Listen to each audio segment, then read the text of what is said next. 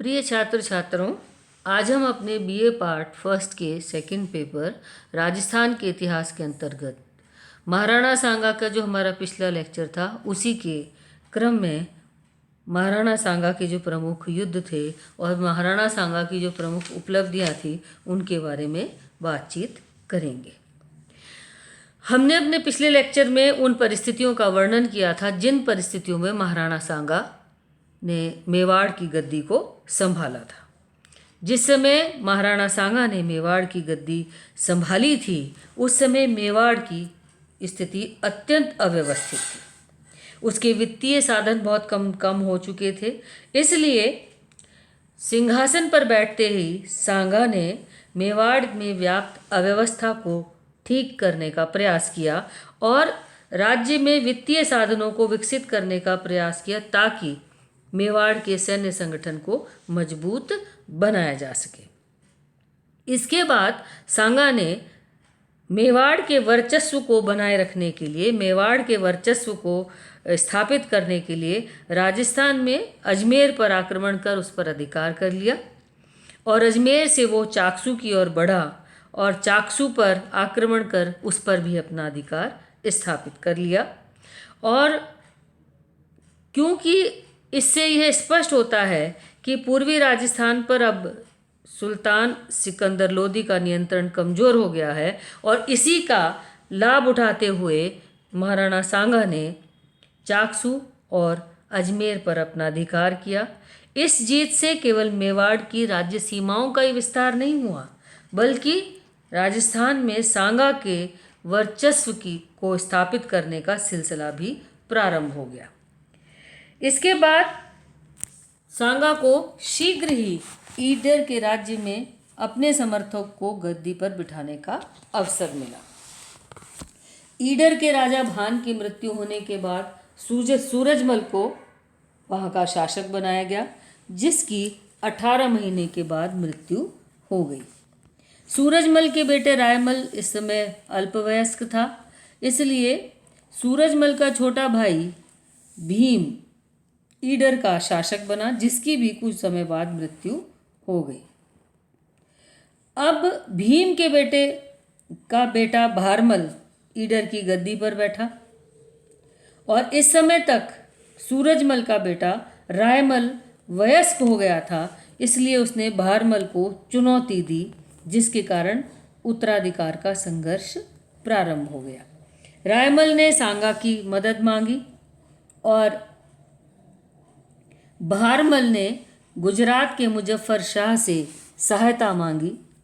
रायमल को सांगा ने अपनी सहायता से ईडर की गद्दी पर बिठा दिया और 1515 में गुजरात के मुजफ्फर शाह ने अहमदनगर के निजामुल मुल्क को, जो कि सुल्तान का एक अमीर था, वो भारमल की सहायता के लिए आया। उसने रायमल को खदेड़ दिया। इस समय क्योंकि सांगा अपनी परिस्थितियों की वजह से कहीं व्यस्त था, इसलिए वो रायमल की सहायता नहीं कर पाया। रायमल ने भागकर पहाड़ों में शरण ली और छापामार पद्धति से युद्ध करता रहा। इसके बाद महाराणा सांगा और मालवा के बीच संघर्ष हुआ। सांगा और महमूद खिलजी, जो कि मालवा का शासक था, दोनों के बीच संघर्ष होना अनिवार्य था और वैसे भी पूर्ववर्ती मेवाड़ और मालवा की जो संघर्ष थे उसकी वजह से ये संघर्ष होना भी जरूरी था, क्योंकि राणा सांगा और महमूद खिलजी दोनों ही महत्वाकांक्षी थे, दोनों ही उत्तर भारत पर अपना प्रभुत्व स्थापित करना चाहते थे। इसलिए दोनों के बीच संघर्ष होना आवश्यक था। धार्मिक कारण की वजह से भी दोनों के बीच संघर्ष होना था। जहां महमूद खिलजी कट्टर और असहिष्णु मुसलमान था, वहां सांगा हिंदू साम्राज्य या हिंदू राज्य की स्थापना करना चाहता था, जिसके कारण जहां एक और महमूद खिलजी मुस्लिम धर्म का संरक्षक, मुस्लिम धर्म का विस्तारक के रूप में हमें दिखाई देता है, वहां सांगा हिंदू धर्म और संस्कृति का रक्षक तथा पोषक बन गया, जिसकी वजह से दोनों के बीच संघर्ष होना अनिवार्य था। संघर्ष का एक कारण मालवा के उत्तराधिकार की समस्या भी थी। मेदिनी राय के सहयोग से महमूद खिलजी द्वितीय सुल्तान तो बना, किंतु उसे लगा कि मेदिनी राय ने उसके प्रभाव को कम कर दिया है। इसलिए मेदिनी राय के प्रभाव से मुक्त होने के लिए महमूद खिलजी गुजरात पहुंच गया और उसने मेदिनी राय के खिलाफ सहायता मांगी और मेदिनी राय ने राणा सांगा से सहायता मांगी थी। इस परिस्थिति में इस उत्तराधिकार की जो समस्या थी उसको लेकर के भी दोनों के बीच संघर्ष होना अनिवार्य था। इसके अतिरिक्त मेदिनी राय से सहायता प्राप्त करने के बाद मेवाड़ जाने के बाद गुजरात की जो मुस्लिम सेना थी उसने मांडू पर भीषण आक्रमण कर मेदिनी राय और मेदिनी राय के पुत्र और परिवार के अन्य सदस्यों को मौत के घाट उतार दिया था, जिसके कारण भी सांगा बहुत अधिक नाराज था और वह इस पराजय का बदला लेना चाहता था, जिसकी वजह से दोनों के बीच संघर्ष हुआ। जब महाराणा को मांडू के हत्याकांड की सूचना मिली तो वह उज्जैन से ही वापस मेवाड़ लौटा और मालवा और गुजरात की संयुक्त सेना से टक्कर न लेकर के उसने पहले गागरोन के दुर्ग पर अधिकार करने का प्रयास किया और गागरोन के ऊपर आक्रमण कर गागरोन के किले पर जो गागरोन का जो युद्ध है उसके अंतर्गत महाराणा सांगा गागरोन की तरफ रवाना हुआ। महमूद खिलजी ने गागरोन का घेरा डाला और जब उसे सांगा के आने की सूचना मिली तो उसने दुर्ग का घेरा उठा लिया और सांगा से निपटने के लिए चला। इस युद्ध के जो परिणाम थे उनको देखते हुए दोनों ही जो पक्ष हैं यानी मुस्लिम पक्ष और राजस्थानी पक्ष उन्होंने अलग अलग बात की। इस युद्ध के बारे में ये कहा जाता है कि दोनों ही पक्षों में भयंकर युद्ध हुआ जिसमें सांगा निर्णायक रूप से विजयी हुआ। महमूद खिलजी द्वितीय इसमें बुरी तरीके से घायल हुआ, उसे बंदी बना लिया गया और बंदी बनाकर उसे चित्तौड़ लाया गया। और यहाँ पर एक उदारवादी शासक के रूप में सांगा ने महमूद खिलजी का इलाज करवाया और महमूद खिलजी का जो रत्न जड़ित कमरबंद था और ताज वो सांगा ने अपने अधिकार में ले लिया। इसके बाद हाड़ौती और रणथंभौर की सीमाओं से लगे हुए उत्तरी पूर्वी मालवा के बहुत सारे क्षेत्रों पर अधिकार करके सांगा चित्तौड़ आया। 6 महीने तक महमूद खिलजी को चित्तौड़ दुर्ग में बंदी बनाया गया और जब वो ठीक हो गया तो उसे ससम्मान मालवा भिजवा दिया गया। इसके लिए जो मुस्लिम इतिहासकार हैं वो ये मानते हैं कि भय के कारण सांगा ने ऐसा किया, लेकिन यह कथन सही नहीं है क्योंकि सांगा ने राजपूतों की परंपरागत उदारता का अनुसरण किया। इसके साथ ही राणा ने एक बुद्धिमानी कदम उठाया कि इस प्रकार मालवा में उसने अपने एक मित्र शासक को स्थापित कर दिया। एक नवीन शक्ति संतुलन पैदा हुआ।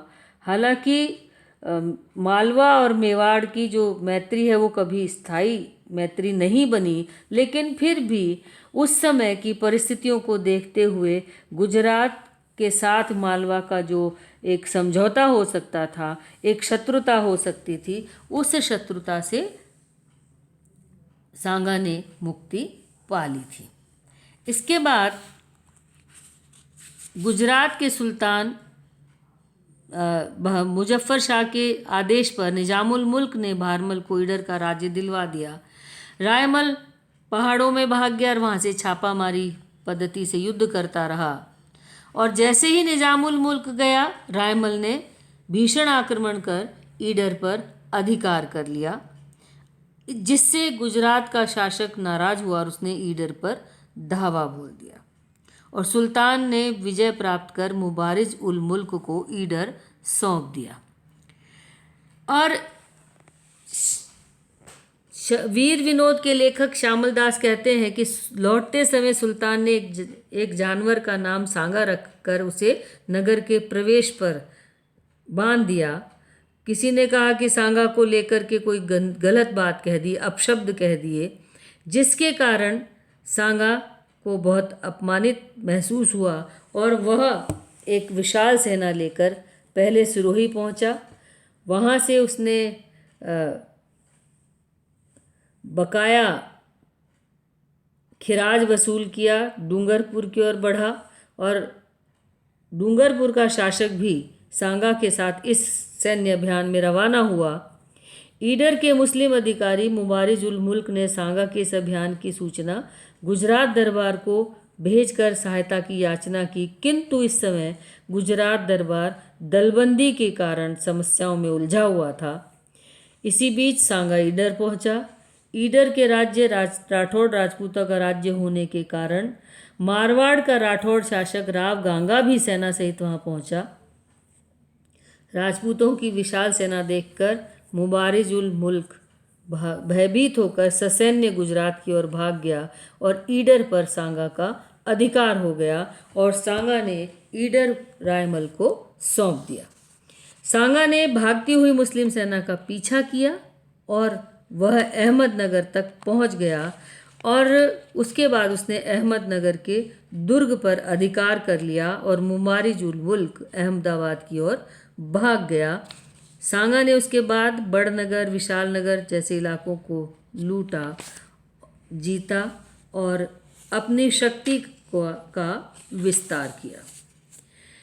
ईडर पर अधिकार करने के कारण और अहमदनगर में मुस्लिम सेना की पराजय की सूचना मिलने पर सुल्तान मुजफ्फर शाह बहुत क्रुद्ध हुआ और वो एक विशाल सेना लेकर मलिक अयाज किवा उल मुल्क को साथ लेकर मेवाड़ की ओर रवाना हुआ।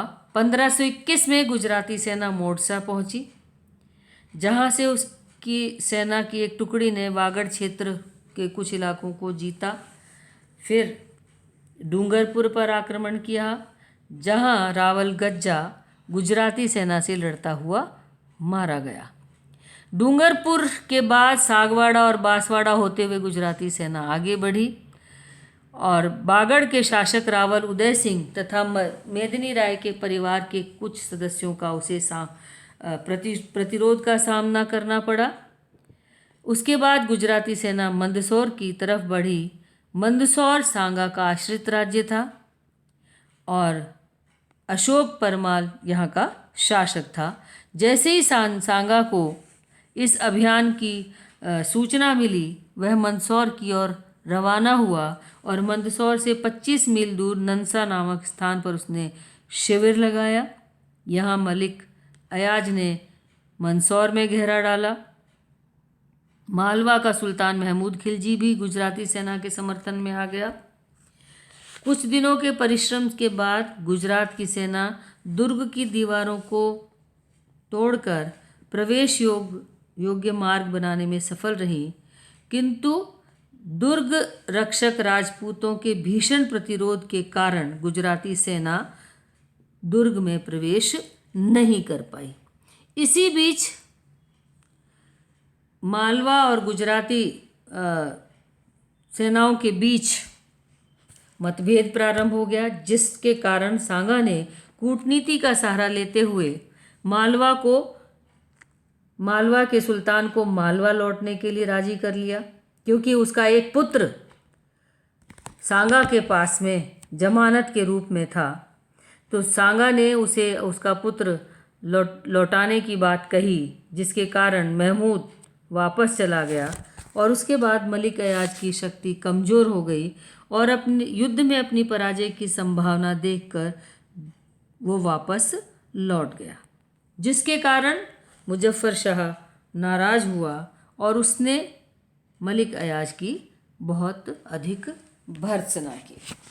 इस तरह से हम ये देखते हैं कि मालवा और गुजरात के साथ अपने शक्ति के संघर्ष को लेकर के सांगा ने धीरे धीरे अपनी स्थिति को मजबूत किया और अपनी शक्ति को बढ़ाया। इसके बाद सांगा की शक्ति इतनी बढ़ गई थी, सांगा की महत्वाकांक्षा इतनी अधिक बढ़ गई थी कि अब उसके मार्ग में दिल्ली सल्तनत आने लगी थी। और हम अब अपने अगले लेक्चर में महाराणा सांगा और दिल्ली सल्तनत के बीच जो संघर्ष की परिस्थितियां उत्पन्न हुई और वो संघर्ष कौन से रहे, उनके बारे में हम अपने अगले लेक्चर में चर्चा करेंगे।